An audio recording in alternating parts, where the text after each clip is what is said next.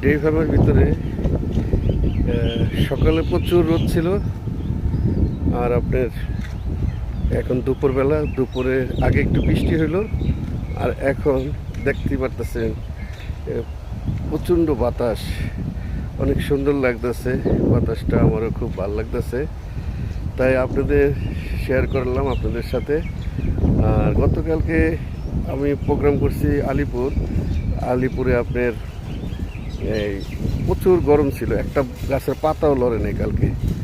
আর আজকে সুবহানাল্লাহ, এত সুন্দর বাতাস, মনটা ভরে গেল। নামাজটা পড়ে আসলাম, খুবই মনটা ভরে গেল। আর কালকে জুমার নামাজ পড়লাম আলিপুরে এক মসজিদে, ভালো লাগলো। আমি আবার যেই জায়গায় যাই ওই জায়গায় নামাজ পড়ি ওই মসজিদটা, কারণ ওই মসজিদ ওইখানে আর নাও যেতে পারি, তাই একটা তৃপ্তি পাই ওই জায়গায় যে নামাজটা পড়ি।